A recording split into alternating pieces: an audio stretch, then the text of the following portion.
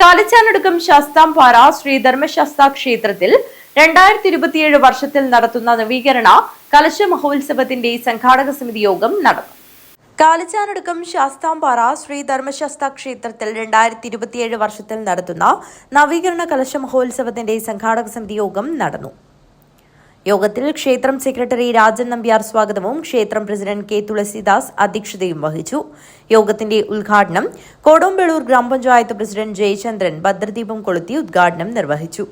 Kodombelur panchayat standing committee chairman Bhupesh M, കരിമ്പിൽ കൃഷ്ണൻ, ക്ഷേത്രം മേൽശാന്തി പെരിഗമന വിശ്വൻ നമ്പൂതിരി, ക്ഷേത്രം രക്ഷാധികാരികളായ പി രാജകുമാരൻ നായർ, മോഹനൻ നമ്പ്യാർ, ക്ഷേത്രം മാതൃസമിതി ട്രഷറർ സരോജിനി ടീച്ചർ, കോട്ടപ്പാറ ഗുളികൻ ദേവസ്ഥാനം ട്രഷറർ അനൂപ്, മാണിയൂർ മഹാദേവ ക്ഷേത്രം വൈസ് പ്രസിഡന്റ് ബാബുരാജ്, ചെരളം അയ്യപ്പ ഭജനമഠം സെക്രട്ടറി മധു,